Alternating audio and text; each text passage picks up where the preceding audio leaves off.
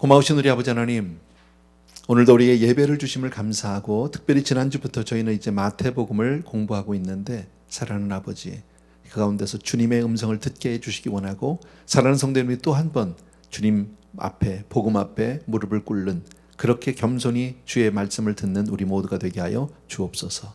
예수님 이름으로 기도합니다. 아멘. 아멘. 자, 오늘은 우리 마가복음 1장 그 두 번째 부분입니다. 16절에서 34절까지의 내용인데 조금 이따 우리 같이 보겠고요. 우리 한번 제목을 같이 한번 읽어봅시다. 다 같이 시작. 복음이 무엇인지를 보여주신 예수님. 예, 복음이 뭔지 한번 보여주면 뭐 자랑한다는 뜻은 아니고요. 바른 복음이 무엇인지에 대해 보여주는 그런 주님의 모습을 저는 본문을 통해서 보았어요. 예. 저는 뭐든지 덥석덥석 잘 먹는 줄 알았어요. 제가 스스로가. 근데 이렇게 나이가 들어가면서 보니까 은근히 까다롭더라고요. 잘 못 먹는 음식들이 있고요. 조금 징그러우면 제가 잘 못 먹어요. 근데 이제 뭐 비유가 약하다고 그럴까요? 뭐 이제 그런데 가끔 이제 TV 한국 드라마 같은 걸 보면 왜 그 돼지 껍데기를 먹는 장면이 나오더라고요. 제가 한국에 살 때는 그런 음식이 없었어요.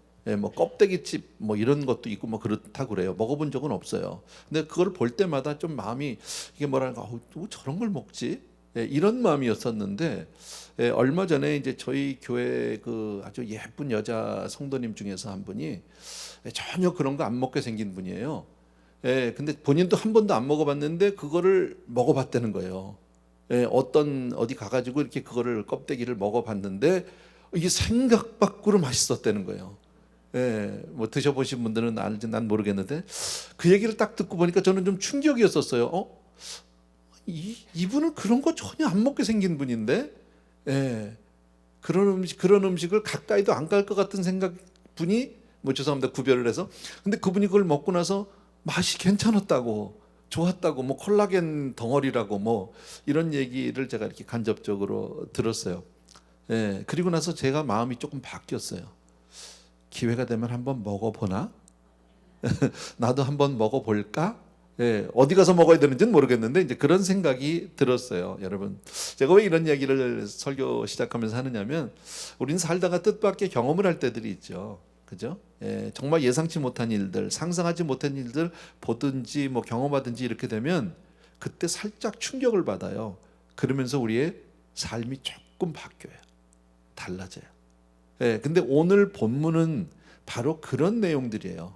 그러니까 지금 복음을 대하면서 우리 주님이 오셔서 그냥 그 복음에 대해서 이렇게 말씀을 해주시는 그 본문이 우리에게 살짝 충격으로 다가오는 그런 내용들이 본문에 있어요. 여러분, 저는 뭐 여러분 다 아시는데 오래전에요, 그냥 별 생각 없이 교회만 왔다 갔다 하던 그런 습관적인 그런 제가 어느 날 이제 성령을 받았어요.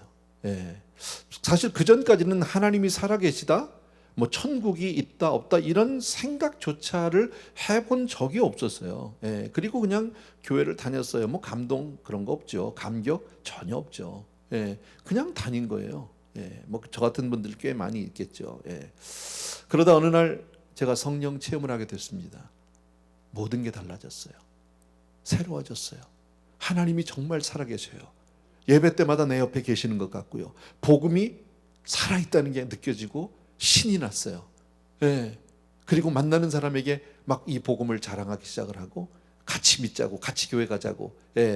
그리고 내 삶 가운데 하나님이 나와 같이 하는 게 너무 믿어졌어요.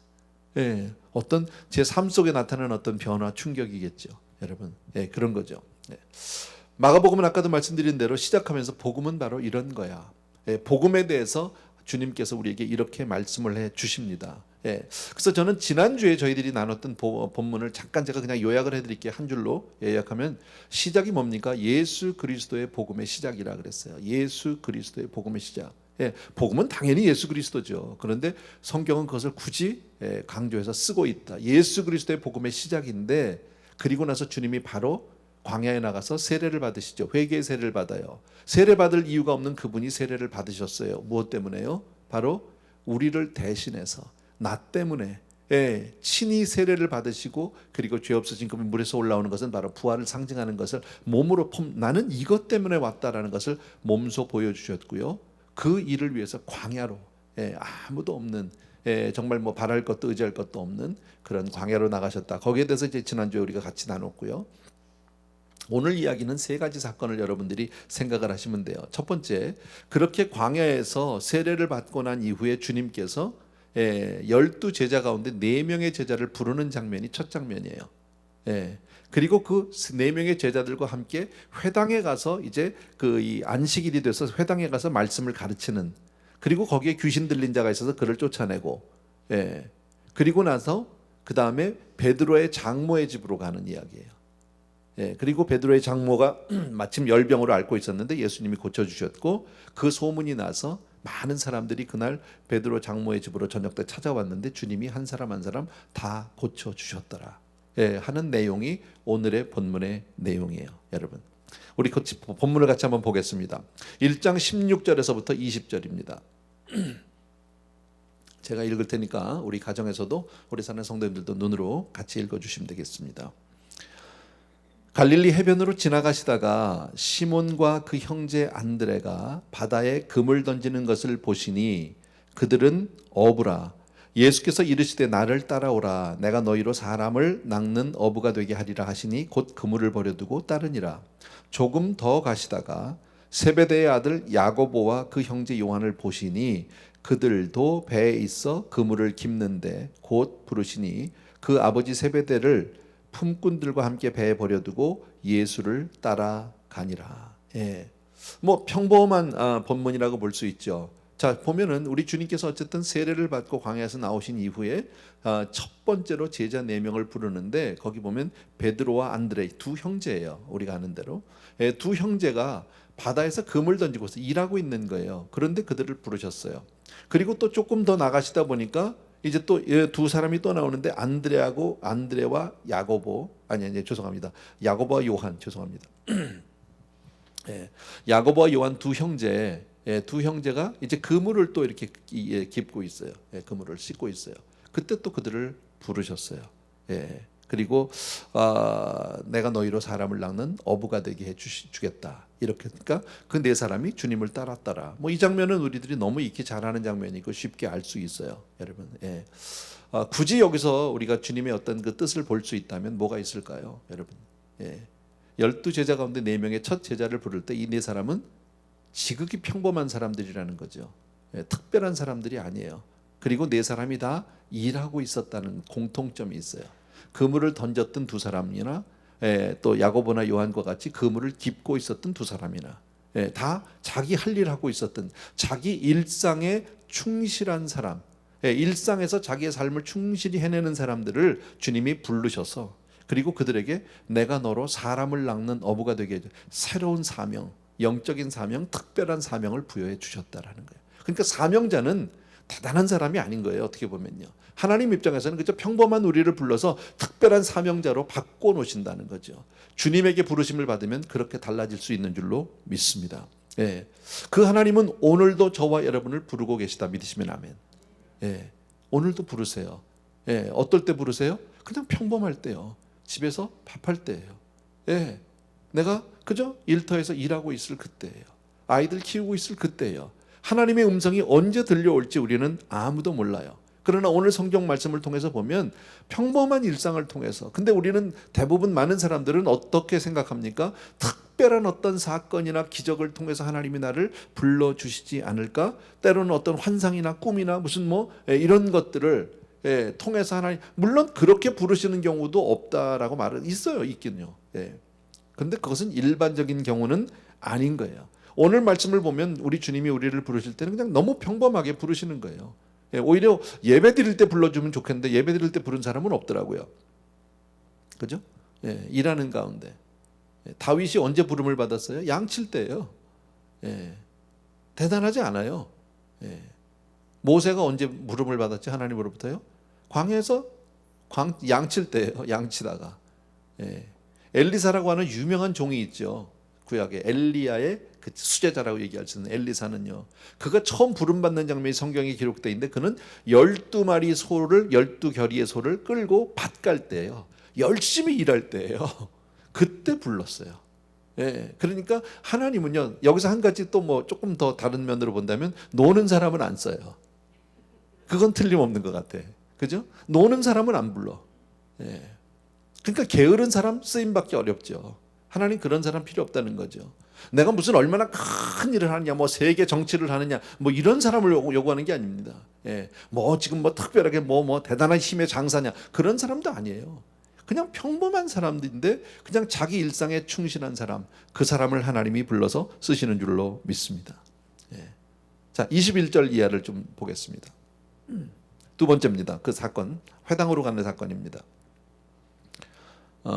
그들이 가버나움에 들어가니라 예수께서 곧 안식일에 회당에 들어가 가르치심에 뭇사람이 그의 교훈에 놀라니 이는 그가 가르치는 시시는 것이 권위 있는 자와 같고 서기관들과 같지 아니함 일러라. 거기까지만 우선 보겠습니다. 예. 예수님이 안식일이 돼서 이제 회당에 가셨어요. 뭐 주일날 교회 가는 거죠. 우리식으로 말하면요. 뭐 지극히 평범한 거예요. 그리고 사람들을 가르치셨대요. 그런데 사람들이 예수님의 가르침을 듣고 나서 어떻게 됐습니까? 그의 가르치는 게 서기관들 같지 않아요. 그리고 권위 있는, 권세 있는 세교원 같다. 뭔가 오는 감동이 달랐고 뭔가 오는 무게가 다른 거예요. 그죠? 예. 그리고 거기에 굉장한 은혜를 받기 시작을 했다. 이런 뜻이겠죠, 여러분. 자, 근데 오늘 성경에 재밌는 것은 뭐냐면요, 주님이 뭘 가르쳤다는 내용이 없어요. 뭘 가르치셨는데 이렇게 은혜를 받았을까요? 그런 내용은 없어요. 예. 주님이 그냥 가르치셨는데 그 가르침을 받은 사람들의 반응만 기록이 되어 있다라는 사실이에요. 예. 뭘 했는지는 그 내용은 모르죠. 자, 거기 내용을 다시 보면 뭇사람이 그의 교훈에 놀라. 이는 무슨 교훈? 몰라요. 그냥 교훈에 놀랐어요. 이는 그가 가르치는 것이 권위 있는 자와 같고 서기관들 같지 않대요. 그러니까 서기관 같지 않았대. 그러니까 서기관이 얘기할 때는 잘 안 들렸던 거예요. 예. 늘 회당에 가면 서기관들, 바리새인들이 가르쳤는데 별로 그게 와닿지 않았어요.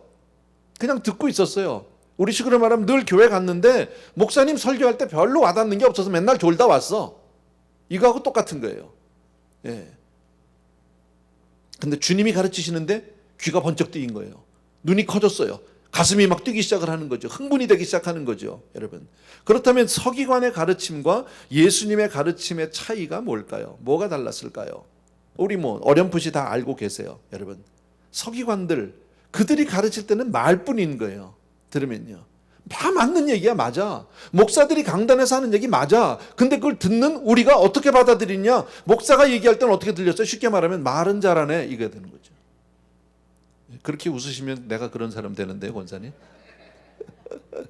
예, 말은 잘하네. 혹은 조금 더 심하게 하면 너나 잘하세요. 틀렸다는 얘기가 아니에요. 맞아. 예, 지금 하는 얘기가 맞아, 당신이. 근데 너나 잘하세요. 너나 그렇게 살아. 너부터 해. 이런 마음이 들렸었다라는 거죠. 그러니까 그런 상태에서 예배 드렸던 사람들은 모두가 다 자꾸 종교적이 되는 거죠. 쉽게 말하면 그런 예배를 계속 드리다 보면 어떻게 됩니까? 예배 가운데 내 마음을 드리지 못합니다. 뭔가 듣기는 듣는데 별로 내 마음에 와닿지도 않고 듣고 싶지도 않습니다. 근데 나는 와서 앉아 있습니다. 때로는 졸기도 합니다. 그리고 예배 마치고 가도 나는 예배 드린 사람입니다. 착각하고 있다는 거죠. 그리고도 나는 신앙인이라고 착각하고 있다는 거죠. 얼마나 많은 성도님들이 나는 교회를 수십 년 다녔어요 라고 얘기하는 사람들이 얼마나 많습니까?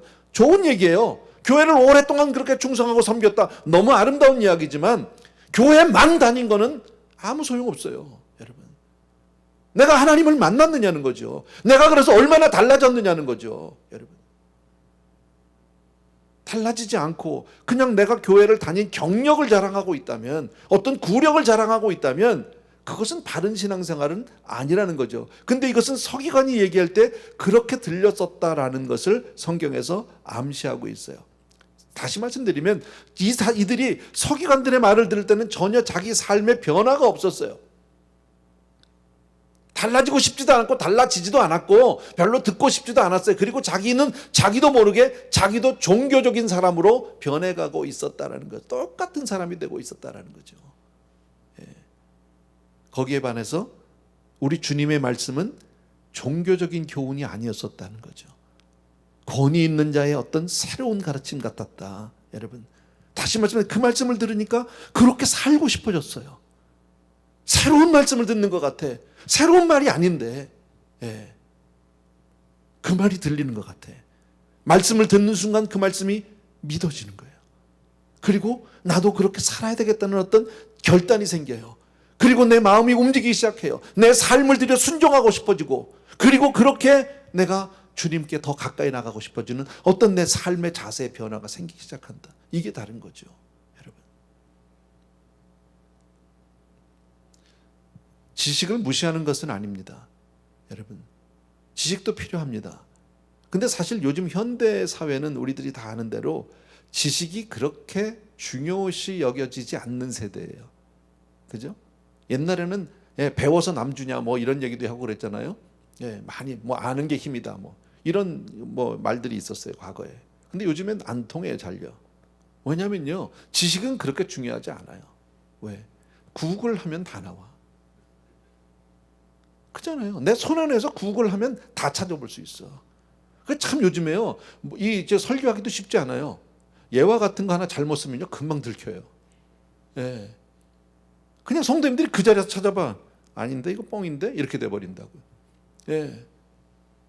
지식이 굉장히 많은 시대예요. 정말 내 손 안에서 전화기나 컴퓨터 하나 가지고 전 세계의 수많은 정보들을 내가 얻어낼 수 있어요. 예. 사실 우리가 살고 있는 세대가 수많은 정보와 지식 속에 우리가 살고 있잖아요. 그런데 개인의 삶이 뭐가 달라지느냐는 거죠. 우리의 삶이 얼마나 변화가 됐느냐는 거죠. 그렇게 많은 지식이 있고 그렇게 많은 정보가 있는데 뭐가 나아졌습니까? 인생은 점점 더 힘들어지고, 가정은 파괴되고, 사회는 더 혼란스러워지고, 아는 건 굉장히 많은데, 예. 너도 나도 할 것 없이 모두가 다 똑똑한 사람들인데 정말 다 똑똑해졌어요, 구글 때문에. 그런데 삶은 달라지지 않아요. 왜 그럴까요? 그 가운데 진리가 없어요. 오늘 굳이 이 말씀을 이렇게 아까 본문에다 조금 이렇게 비유를 했던 빗대서 말한다면, 서기관의 가르침은 있는데 주님의 음성이 없는 거예요. 여러분, 우리가 교회를 오고 예배를 드리는 이유는, 성도님들이 지금도 영상 앞에서 우리가 예배를 드리는 이유는 주의 음성을 듣기 위해서예요. 지금 강단에서 제가 설교를 하는 것은 저의 이야기를 하는 게 아니에요. 나의 지식을 전하는 것이 아니에요. 나는 주님의 음성을 여러분들에게 전달해야 될 책임이 있고, 그런 사명이 있죠. 근데 이게 잘 안 되면 우리는 그냥 형식적인 사람들로, 형식적인 크리스천으로 그렇게 전락해버리고 만다라는 겁니다. 여러분, 주님은 우리에게 지식을 주기 위해서 오신 분이 아니에요. 성경 지식을 우리에게 주시려고 오신 분이 아니에요. 우리에게 생명을 주시고, 우리에게 진리를 주시고, 우리에게 정말 복음을 주시기 위해서 오신 분인 줄로 믿습니다. 자, 22절입니다. 23절 죄송합니다. 23절 이하에. 마침 그들의 회당에 더러운 귀신 들린 사람이 있어 소리질러 이르되, 나사렛 예수여, 우리가 당신과 무슨 상관이 있나이까? 우리를 멸하러 왔나이까? 나는 당신이 누구인 줄 아노니 하나님의 거룩한 자니이다. 예수께서 꾸짖어 이르시되 잠잠하고 그 사람에게서 나오라 하시니, 더러운 귀신이 그 사람에게 경련을 일으키고 큰 소리를 지르며 나오는지라. 거기까지만요. 때마침 주님이 그렇게 회당에 가서 이제 가르치시기 시작할 때요, 사람들이 그 말씀을 듣고 놀라기 시작하는 거죠. 가슴에 떨림이 있죠. 이거 뭐냐? 이거 도대체 무슨 일이냐? 이거 무슨 소리냐? 막 거기 말씀에 빨려 들어가기 시작하고, 말씀에 감동이 되고 내 삶을 드리고 싶어지고 막 이렇게 되는데, 마침 그때 뭐가 있었다고요? 귀신 들린 자가 하나 있었어요. 어쩌면 설교 중간에 막 소리를 질렀던 것 같아요. 막 떠들었던 것 같아요, 여러분. 그때 한 말이 뭡니까? 나사렛 예수여, 우리가 당신과 무슨 상관이 있나이까? 우리를 멸하러 왔나이까? 나는 당신이 누구인 줄 아노니 하나님의 거룩한 자니이다. 이렇게 얘기했어요, 귀신 들린 자가. 여러분, 이 말씀 우리 너무 잘 알죠? 이 본문이요, 그죠? 귀신이 막 예배 중간에 나는 당신이 누군지 잘 안다는 거예요. 하나님의 거룩한 자라는 거예요. 맞아요. 정말 맞아요. 여기 중요한 내용이 하나 있어요, 여러분. 잘 생각해 보면요, 다 맞는 말이에요. 귀신이 한 얘기 중에서 틀린 얘기가 없어요. 보세요, 여러분. 당신이 우리와 무슨 상관없죠. 우리를 멸하러 왔나이까? 맞아요. 예, 멸하러 오셨어요. 나는 당신이 누군지 아는데 하나님의 거룩한 자예요. 틀린 얘기가 있어요, 없어요? 없어요. 다 맞는 얘기예요. 근데 이 내용은 지금 그 자리에 있었던 서기관들도 예수가 누군지 몰라요. 몰랐어. 제자들도 누군지 몰랐어. 바리새인들도 예수님이 누군지 몰랐어. 근데 그때 누구만 알아봤어? 귀신 들린 자만, 귀신만 알아봤어. 정확하게 맞는 얘기를 했어요. 예. 자, 그러면 이쯤 되면 생각해 보세요. 아무도 몰랐어. 주님이 누군지를 아무도 몰랐는데 그래도 귀신 들린 자가, 귀신이 예수님을 제대로 알아보고 바른 얘기를 하면 여기에 일반적인 반응은 어떻게 나가야 되는 거예요? 예수님이 너 잘했다, 칭찬해야 되는 거예요. 이거는요, 네 말이 맞다, 그래야 되는 거 아니에요? 아무도 몰랐는데 그래도 제대로 알아본 자가 하나 있잖아. 그럼 이건 칭찬 대상이라고, 사실은요. 근데 주님은 그로 하여금 잠잠하라, 꾸짖고 그를 내쫓아 버렸어요. 말하지 못하게 하셨다라는 겁니다. 여러분, 귀신이 지금 사실을 안다고 해서 그것이 옳은 것이 아니다, 그 얘기입니다. 네가 지금 나에 대해서 정확히 안다고 해서, 지식적으로 네가 나를 다 알고 있다고 해서 그것이 맞는 것이 아니다. 또 잠잠하라, 시끄럽다, 지금 그 얘기죠. 복음은 그런 것이 아니다, 지금 그 얘기라는 거죠. 여러분, 옳은 말을 하는 것이 복음이 아닙니다. 바른 말을 하는 것이 복음이 아닙니다. 여러분, 서기관의 가르침도 다 맞는 얘기입니다. 세상에 어느 강단에서 목사들이 틀린 얘기를 합니까? 다 성경에 있는 얘기합니다. 그러나 주님은 그 말을 듣지 않으세요. 오히려 잠잠하라고 꾸짖으신다라는 겁니다. 여러분, 다시 말씀드리지만 요즘 세상에 수많은 진리가 있어요. 그죠? 아니, 수많은 지식이 있어. 죄송합니다. 얼마나 많은 지식과 정보가 있는지 모르는데 진리가 있느냐, 지금 그 얘기를 성경이 우리에게 말씀하고 있는 거예요. 여러분, 다시 말씀드립니다. 예수님 우리에게 지식을 주시고자 오신 분이 아니에요. 정보를 주시기 위해서 오신 분이 아니에요. 여러분, 우리에게 생명을 주시기 위해서 오신 줄로 믿습니다. 정말 우리에게 진리를 주시기 위해서 오신 줄로 믿습니다. 예수님은 복음으로 우리를 살리려고 오신 분인 줄로 믿습니다. 예. 우리는 지식이라는 데 대해서 너무나 많이 스스로 속을 때가 참 많습니다. 좀 배웠다고 쉽게 다른 사람을 판단합니다. 내가 남보다 조금 더 안다고 그래서 쉽게 그를 평가하기도 합니다. 여러분, 은근히 다른 사람을 왜 무시합니까? 내가 좀 더 배웠다는 거예요. 내가 그 방면에서 내가 좀 더 안다는 거예요. 너보다는. 넌 나하고 감이 안 된다. 예, 은근히 사람을 무시합니다. 근데 내가 알고 있는 지식이 얼마나 옳을까요? 얼마나 대단할까요? 여러분, 우리의 판단이 그렇게 정확할 수 있을까요? 그것도 생각해 봐야 될 문제 아니야? 오래전에 책에서 읽었던 한 간증인데요. 예, 한 미국 목사님이에요. 유명한 목사님, 제가 이름을 잊어버렸어요. 그 목사님이 시골의 조그만 마을에 어디 이제 그 집회를 가셨다가 다 집회가 끝나고 돌아오시기 전에 아침 식사를 하셨답니다. 그냥 동네에 있는 조그만 그 커피숍에서, 레스토랑에서 아침 식사를 하셨어요. 댁에 가서 앉으면 뭐 우리 데니스나 이런 데 가서 앉으면 웨이트레스가 오잖아요. 그래서 이렇게 뭐 메뉴를 주고 뭐 뭘 먹겠냐고 물어보기도 하고 이러는데 굉장히 퉁명스러운 거예요, 웨이트레스가. 메뉴판도 갖다 집어던지고, 물도 갖다가 거의 뭐 쏟을 것 같이 집어던지고, 그리고 말 한마디라도 그렇게 퉁명스러울 수가 없는 거예요. 근데도 목사님이니까 차마 속으로는 막 부글거려도 뭐 겉으로 그걸 표현할 수도 없고, 그래서 어쨌든 음식을 시키고 나서 먹었습니다. 먹고 나서 빨리 먹고 가야지, 기분이 안 좋다, 아침부터. 그리고 나서 이제 계산서를 달라고 그랬더니 계산서가 왔어요. 계산서를 이렇게 딱 보고 팁을 쓰는 난이 있잖아. 팁을 쓰는데 영 팁을 주고 싶지가 않은 거예요. 내가 아침에 이런 대접을 받고 이렇게 서브를 하고 팁을 준다는 것 자체가, 팁을, 이건 말이 안 되는 것 같아가지고 정말 한 1불 놓고 나오려고 그랬는데요. 그 순간 하나님의 음성이 들리는 거예요, 마음속에. 20불 줘라. 아니, 하나님, 내가 먹은 게 얼마인데 20불을 팁을 놓습니까? 하나님이 아무 얘기도 안 하시더래요. 그래서 또 물어봤대, 마음속으로. 하나님, 정말 내가 하나님 음성을 들은 게 하나님 제게 말씀하신 게 맞습니까? 그랬더니 아무 말씀 안 하시고 20불 주어라 그러더라고요. 정말 주고 싶지 않았답니다. 그 20불을 정말 주기 싫은 20불을 하나님 음성 때문에 어쩔 수 없이 꺼내서 놨답니다. 팁으로. 그리고 영 기분이 나빠서 조금 있다가 웨이트레스가 와서 이렇게 가다가 그걸 가지고 가서 이렇게 가다가면 봤나 보죠. 웨이트레스가 오더래요. 다시 자기에게 와서 눈물을 뚝뚝 흘리면서 울기 시작을 하는 거예요. 자기 얘기를 하는 거예요. 예.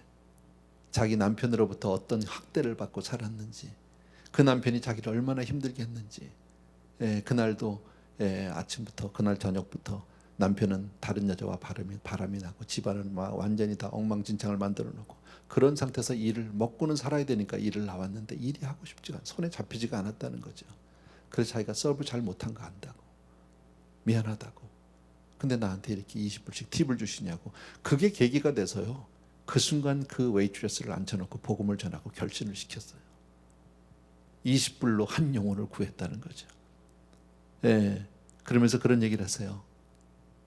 내가 사람을 판단하는 것이 그렇게 정확하지 않더라는 거죠. 하나님의 음성을 듣는 것, 여러분, 저와 여러분 주의 음성을 듣고 살아야 할 줄로 믿습니다. 아멘. 얼마나 중요한 이야기인지 모르죠. 살아가면서 우리는 정말 얼마나 많은 경우에, 정말 요즘같이 지식이 많은 경우에 우리는 지식을 붙들고 의지하고 살 때가 참 많은데 성경은 그렇게 말씀하지 않아요. 여러분, 주의 음성을 들으라는 거죠. 자, 이 사건이 있고 난 이후에 29절로 가겠습니다. 회당에서 나와 곧 야고보와 요한과 함께 시몬과 안드레의 집에 들어가니 시몬의 장모가 열병으로 누워 있는지라 사람들이 곧 그 여자에 대하여 예수께 여짜온데 나아가서 그 손을 잡아 일으키시니 열병이 떠나고 그 여자가 그들에게 수종드니라. 저물어 해질 때에 모든 병자와 귀신 들린 자를 예수께 데려오니 온 동네가 그 문 앞에 모였더라. 예수께서 각종 병이 든 많은 사람을 고치시며 많은 귀신을 내쫓으시되 귀신이 자기를 알므로 그 말하는 것을 허락하지 아니하신지라. 여기까지 우리 보시면 될 것 같아요. 조금 전에 그 회당에서 그런 일이 있고 난 다음에 그 소문이 퍼지기 시작합니다. 다시 한번 그가 말하는 것은 권세 있는 세계온 같다라고 사람들이 깜짝 놀라면 큰 충격들을 받은 거죠. 여러분, 이 충격이 필요해요. 예배 가운데도 충격이 좀 필요한 것 같아요. 뭐 억지로 인위적으로 할 수는 없겠지만 그러나 우리가 영적인 어떤 이 부딪힘들은 필요한 것 같아요. 어쨌든 주님은 베드로와 안드레의 집에 가서 베드로의 장모가 열병에 들은 그 장모를 발견하게 됩니다. 그리고 나서 그의 손을 붙잡고 이렇게 세워서 그를 고쳐줍니다. 놀라운 일이죠. 병든 자가 낫습니다. 꼼짝없이 집에서 아파하고 끙끙거리던 그 장모님이 낫습니다. 여러분, 열병이 떠나갔습니다. 얼마나 좋았을까요? 한순간에 질병이 떠나가고 한순간에 내 몸이 건강해지고 얼마나 좋았을까요? 뭐 이건 기쁨, 감격 말할 수 없고, 그러니까 섬기기 시작했다는 거죠. 이게 복음이라는 거죠. 여러분, 복음은 뭐예요? 이게 복음이다. 여러분, 지금 저는 이 장면에 제자들 처음으로 뽑은 네 제자가 같이 다닌다고 생각을 하고 있는 거예요. 이 네 제자가 주님하고 지금 같이 가는 이 경험들은 다 새로운 경험이에요. 회당 처음 간 거 아니죠. 이 사람도 회당 다녔을 겁니다. 그 전에도요. 회당을 다녔는데 회당 가서 봤는데 말씀하시는 게 뭔가 달라요. 오는 게. 내 부딪힘이 달라요. 느낌이 다르고 감동이 다른데 거기다가 귀신 들린 자가 나왔는데 그를 잠잠하라 꾸짖어 놓고 그를 쫓아버리고 그리고 났어요. 그리고 잠잠하게 마저 가르치시고 그리고 나왔어요. 그리고 베드로의 집에 신방 가듯이 우리 집에 가서 점심 하시자고 갔는데 보니까 장모님이 아픈데 아유 장모님 좀 아프세요. 그냥 우리 이쪽으로 오세요. 뭐 그런 거 아니겠습니까? 어디 한번 보자. 가서 하더니 손을 잡고 그냥 이렇게 세우는 거예요. 장모님이 멀쩡해져서 난리가 났죠. 얼마나 장모님도 놀랐겠지만 이건 뭐 지금 그 자리에 있었던 제자들도 마찬가지 아닙니까? 뭘 느꼈을까요? 이분의 가르침이 전혀 처음 듣는 이야기는 아니야. 전에도 들어왔어. 서기관들을 통해서 말씀을 들어왔는데 이분은 뭔가가 달라. 그리고 같이 가는 곳에 변화가 생기는 거예요. 병든 자가 고침을 받고 귀신이 쫓겨나가고 하는 그런 것들을 경험하게 된다라는 거죠. 여러분, 그 소문이 날까요, 안 날까요? 당연히 나죠. 그래서 오늘 성경에 뭐라고요? 온 소문이 가버나움에 쫙 퍼졌다. 가버나움에 안 퍼질 수가 없겠죠. 그러니까 사람들이 그 소문나니까 온 저녁때가 되니까 온 동네 마을에 아픈 사람들은 다 몰려드는 거죠. 집이 뭐 난리가 났겠지. 동네가 그 앞에가 웅성웅성. 예. 근데 주님이 그 병든 자들을 일일이 다 고쳐주셨다는 거죠. 여러분, 뭘 얘기하고 싶을까 성경에서요? 복음이 뭘까요? 여러분, 복음이 뭐예요? 오늘 본문을 통해서 보면 복음은 우리 인생의 어려운 문제를 해결해 주시는 분. 예수님은 우리 인생의 어려운 문제를 해결해 주시는 분이다. 믿으시면 아멘. 네, 너무 중요하잖아요. 문제 없는 사람이 어디 있어요? 아픔이 없는 사람이 어디 있어요? 힘들지 않은 인생이 어디 있습니까? 사람들은 다 힘들고 어렵지만 그 문제를 혼자서 부대끼고 견뎌내고 정말 혼자서 몸부림치고 있잖아요. 어떻게 할 줄을 몰라서, 누가 나를 도와줄지 몰라서. 그런데 오늘 성경이 뭘 얘기합니까? 주님은 하실 수 있다라는 거죠. 주님은 우리 인생의 어려운 문제를 해결해 주시는 줄로 믿습니다. 예. 그렇게 복음을 경험하면 가만히 있을 수 있어요? 그렇게 내가 주님을 알면, 그 주님을 만나는데 가만히 있을 수 있어요? 자연히 나가서 전할 수밖에 없어요. 자연히 나가서 전파하고. 여러분, 그래서 복음은 가만히 있지 못한다는 거죠.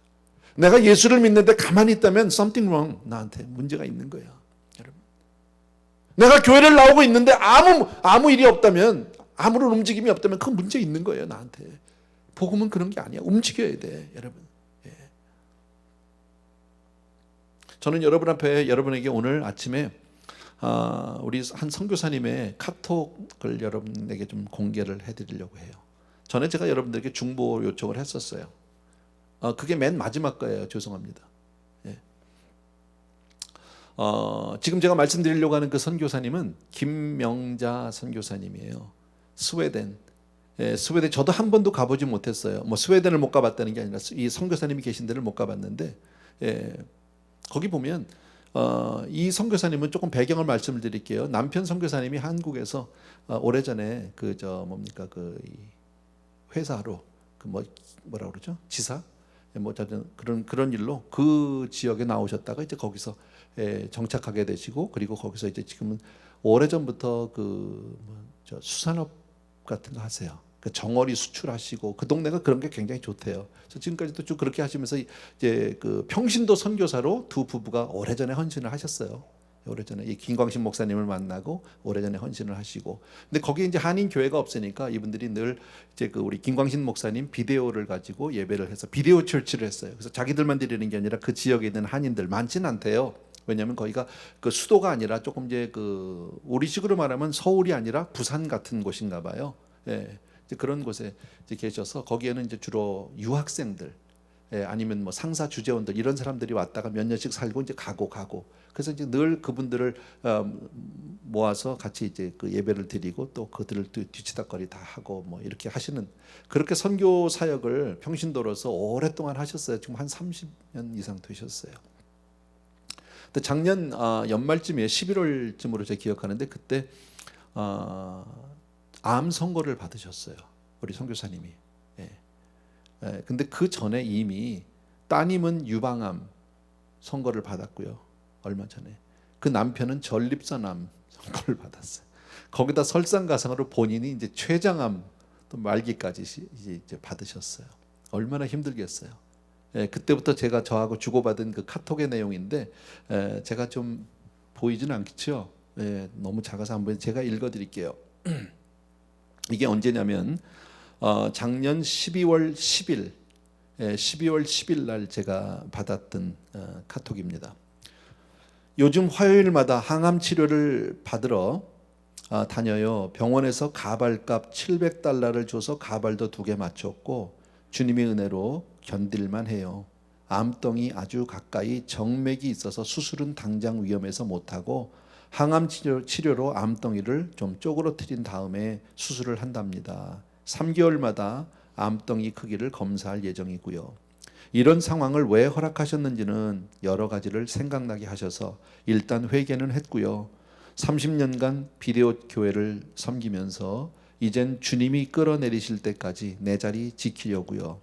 35년간 스웨덴 침례교 교단에서 운영하는 중고품 가게도 일주일에 2번 봉사해요. 예. 그리고 일상생활 다시 하게 하신 주님께 감사. 미국에서 상황이 안 벌어진 게 제일 감사하고요. 미국에 이제 그 총회 때 오셨다가 혹시 이런 벌어질까봐 아마 그러셨던 것 같아요. 그때. 목사님 지금 내 나이가 75세로 그동안 건강하게 씩씩하게 참 열심히 살았어요. 주님 만나기 전에 열심히 골프, 승마, 스키, 쇼핑으로 주님 만나고는 위의 것들 다 끊고 오직 교회에만 지금 보니 너무 형식적일 때가 많았네요. 점점점 뭐그 많은데 그 정도. 이게 작년 12월 19일 12월 10일 카톡이에요. 그다음에 금년 2월 1일 날 받았던 그 카톡을 제가 공개할게요. CT 결과가 어제 나왔는데 암세포가 2개월간 항암 치료했으나 쪼그라들기는커녕 1cm가 더 커져서 수술은 완전 불가능해져서 다음 주부터는 격일제로 제일 독한 항암제로 치료할 것이고 만약 같은 상태면 앞으로 생존 기간이 2년, 췌장암의 특징이라고 이렇게 왔어요. 그래서 결과를 보시고 마음이 힘드시겠어요. 앞으로 치료가 많이 힘들고 선교사님을 지치게 하겠지만 기도하겠습니다. 보이는 현실보다 크신 하나님의 긍휼하심과 치유가 있기를 기도하겠습니다. 힘내세요 하고 제가 보내드렸습니다. 그리고 나서 금년 6월 11일 그러니까 암 발병된 지 벌써 한 8개월 정도 뒤입니다. 목사님 수고 많으셔요. 강한 항암제를 3개월 치료 후 CT를 찍었더니 1cm가 커져서 아주 약한 것으로 3개월 치료하고 의사를 만났는데 1.7cm가 줄었다며 의학적으로 설명할 수 없다며 눈물을 글썽이고 통역으로 따라온 딸은 계속 훌쩍거리고 암세포 위치 때문에 수술도 표적 치료도 못하고 핀란드의 세계적인 암센터에 가서 특수치료를 받으려는 것도 무산되었고요. 하루에 소량의 밥을 6번 먹으라고 해서 몸무게는 76kg인데 조금도 몸무게를 내리지 말라는 의사의 명이 있어서 생활하는 데는 둔합니다. 모든 건 처음부터 주님께 맡겼고 처분만 기다리고 있어요. 바쁘신데 저까지 신경 쓰게 해서 죄송해요. 교회는 일찍 문 닫았고요. 아마 그 주일이었었던 것 같아요. 스카이프로 주일 예배와 수요 예배 잘 드리고 있으며 친교는 날씨가 좋을 땐 동네 바닷가에서 피자 먹고 산책도 하고 아이들 놀이터에서 노는 거 구경도 하며 재미있게 지내요. 성도는 줄었어요. 학생들이 다 귀국했거든요. 이렇게 왔어요. 지금 최근에 꽤 됐어요. 한 5, 6년 전 더 된 거가 꽤 됐는부터는 이제 저희 교회 정말 영상을 가지고 예배를 드립니다. 현지에서요. 저는 가보진 못했는데. 그리고 이게 이제 10월 16일 엊그저께 제가 그저께 받았던 카톡이었습니다. 목사님 오랜만이죠. 오랜만에 오셨어요. 그간 성도 한 명이 늘었고요. 독일에서 기계공학 박사를 마치고 이곳에 포스닥을 하기 위해서 오신 분입니다. 온라인 예배도 주님께서 다 인도해 주시네요. 지난주에 CT 찍은 결과를 오늘 의사 만나 들었는데 암세포가 없어졌대요. 그래서 3개월간 항암 치료 안 하고 여러 가지 검사를 한대요. 주님이 고쳐주신 걸 예수 모르는 의사들이 어찌 알겠어요? 그간 기도 많이 해주신 결과죠. 감사합니다. 할렐루야. 할렐루야. 우리 하나님께 한번 감사합시다.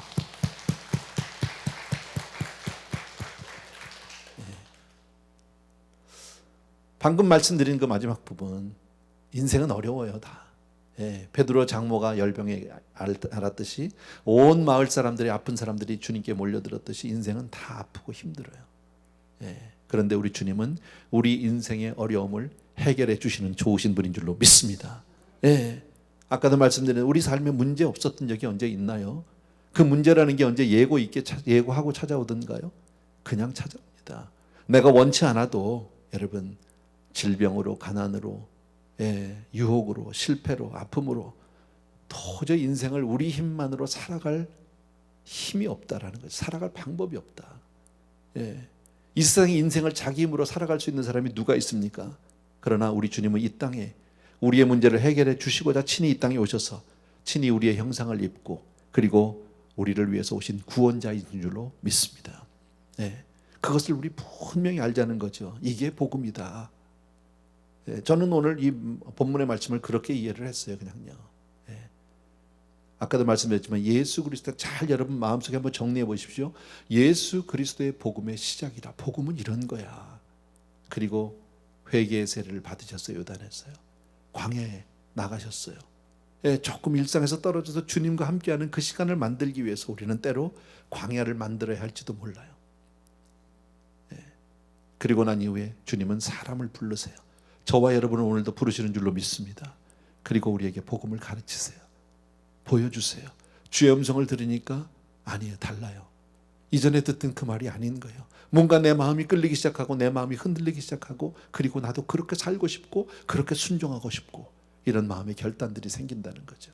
여러분, 그때 때마침 귀신 들린 자가 있었다고 그랬죠, 회당에서요. 그죠? 근데 주님은 뭐라고요? 귀신이 하는 얘기 다 맞아요. 옳은 얘기예요. 근데 주님은 잠잠하라고 꾸짖었어요. 말하지 못하게 했어요. 맞는 얘기가 다 옳은 건 아니에요. 예, 바른 지식이 다 옳은 것은 아니에요. 여러분, 주님은 지금 그 말씀을 하는 게 아니죠. 그리고 그 복음은 바로 어려운 우리 인생을 고쳐주시기 위해서, 바로 우리 주님은 어려운 우리의 문제를 해결하기 위해서 내가 이 땅에 왔노라, 그렇게 말씀해 주시는 줄로 믿습니다. 예, 그러니까 우리가 보면 정말 내가 예수 믿는다는 게 얼마나 고마운 일인지 몰라요. 얼마나 감사한 일인지 몰라. 여러분, 우리 한 사람 한 사람이 내가 예수를 믿을 수 있다는 것 자체가 정말 엄청난 복을 받은 거예요. 믿습니까, 여러분? 그렇게? 예. 만입이 내게 있으면, 그 찬양 아시죠? 그 입 다 가지고, 뭐죠? 주 내게 주 주신 은총을 늘 찬송하겠네. 예, 그죠? 만입이 내게 있으면 늘 주님 앞에, 예, 찬송한다면, 내 평생 소원 이것뿐. 같아, 멜로디가 두 개가 똑같아요. 다른 찬송가인데, 예, 내 평생 소원 이것뿐. 주의 일하다가. 예. 정말 우리는 그렇게 주님을 사랑하는, 그렇게 주님을 섬기는 저와 여러분 되길 주의 이름으로 축원합니다. 아멘. 우리 예수로 나의 구주 삼고 찬송 한번 합시다.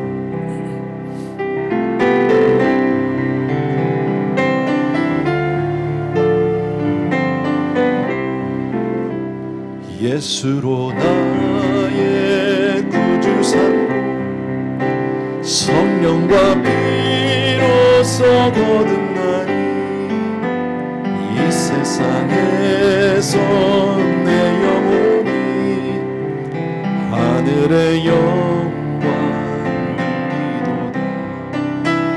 이것이 나의 간증이요, 이것이 나의 찬송일세.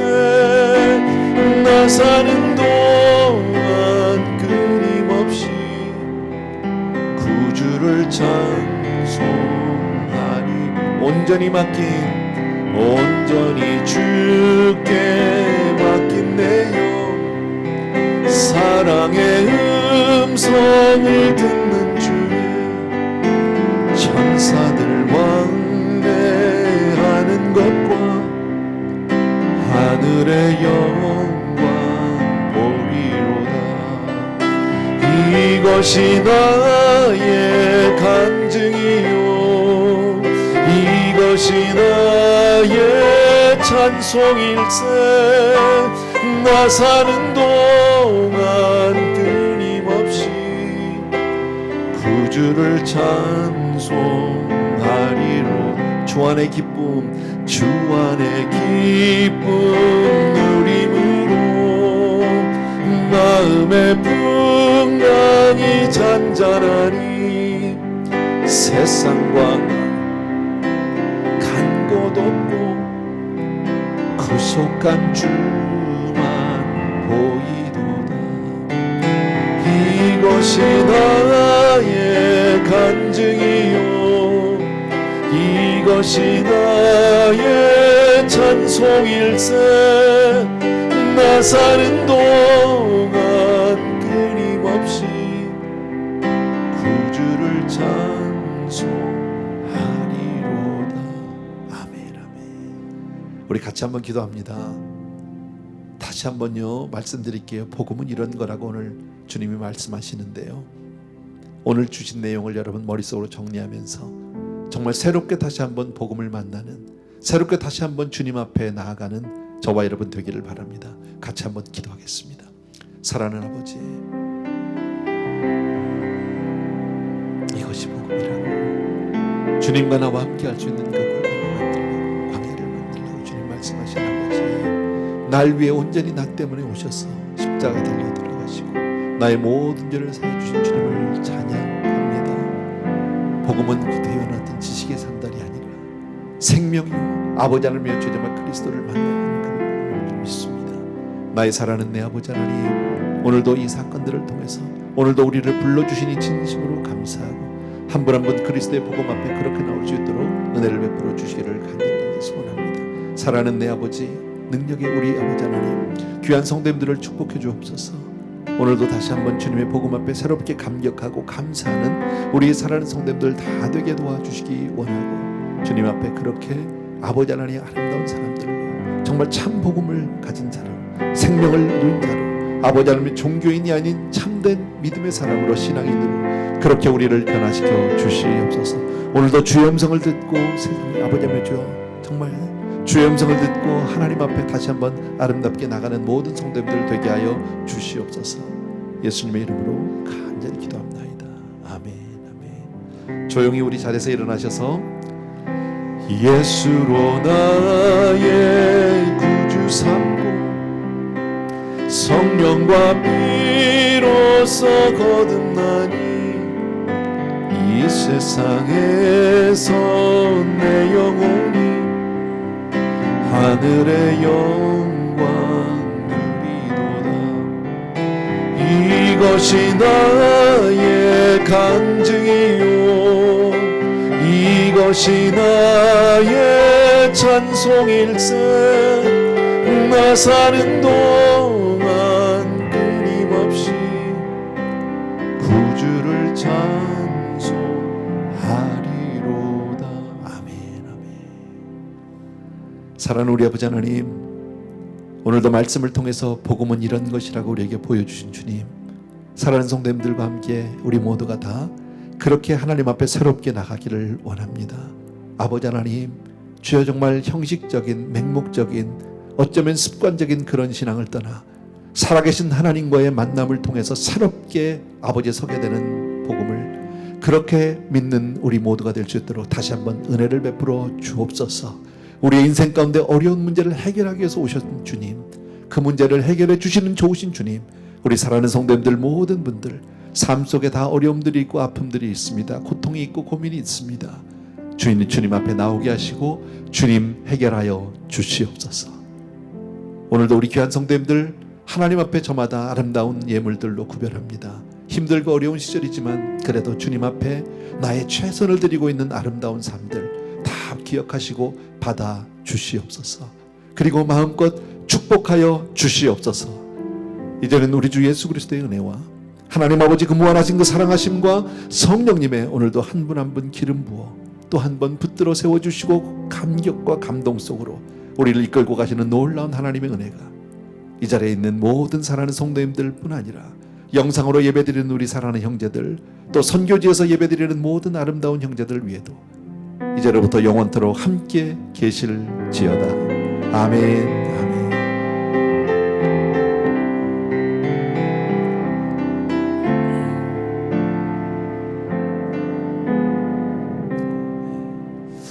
할렐루야, 감사합니다. 오늘도 복된 하루 되길 주의 이름으로 축원합니다. 감사합니다.